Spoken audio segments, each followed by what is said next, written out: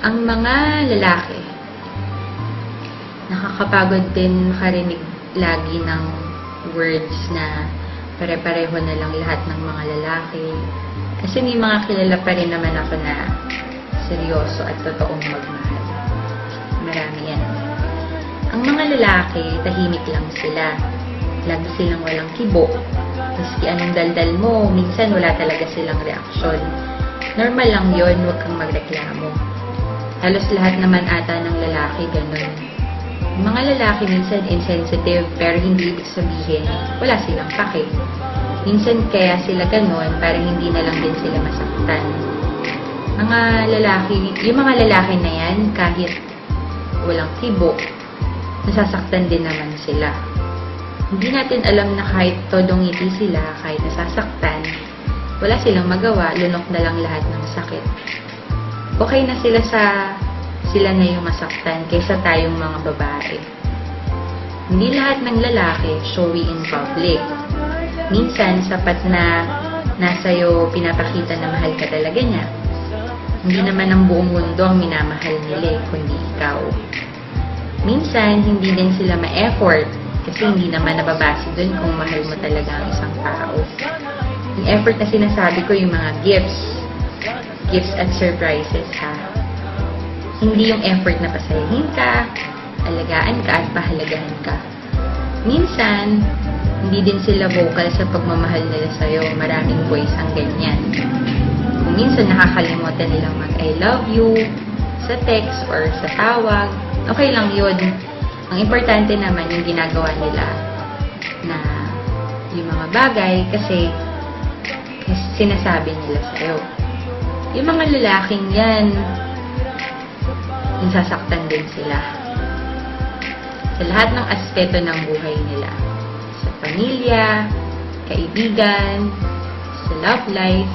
Kaya huwag kang masyadong etsyosera kung minsan gusto niya mag-isa. Hayaan mo lang. Pag ayaw ka niya kausapin muna kung may problema sila, huwag ka naman magrereklamo agad.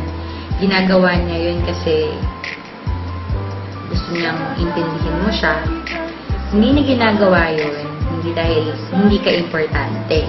Pero ginagawa niya yun kasi sobrang mahal ka niya at ayaw ka niyang madamay at mahirapan sa pinagdadaanan niyang paghihirap. Yung mga lalaking yan, mas mataas pa sa Eiffel Tower ang pride. Marami yung kilalang ganyan. Normal lang yun. Huwag kang masyadong mag-emote na hindi ka na sinusuyo. Aba, kung ikaw naman may kasalanan, ikaw magpakumbaba. Kasi kahit gaano pa kataas yung pride nila, kung alam nilang sila yung mali, sila naman yung nagpapakumbaba. Hindi lahat ng lalaki manloloko. Taga mo yan sa bato. Hindi dahil nagmahal ka at nabigo ka, uhusgahan mo na silang lahat. Kaya nga iba-iba tayo ng mukha. Iba-iba din naman na ugali at saka ng pananaw sa buhay. Minsan, kaya ka naluloko kasi ibig sabihin, hindi talaga kayo yung para sa isa't isa. Minsan, pinapadanas din sa'yo ng Diyos kung paano masaktan para alam mo kung paano magmahal palalo. Tandaan mo na hindi lahat ng lalaki ay pare-pareho.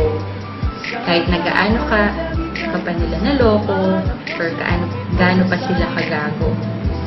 Kahit sobra kung makapaglaro ng feelings ng mga babae, kahit na ganyan sila, gusto ko lang malaman niyo na may mga puso din sila.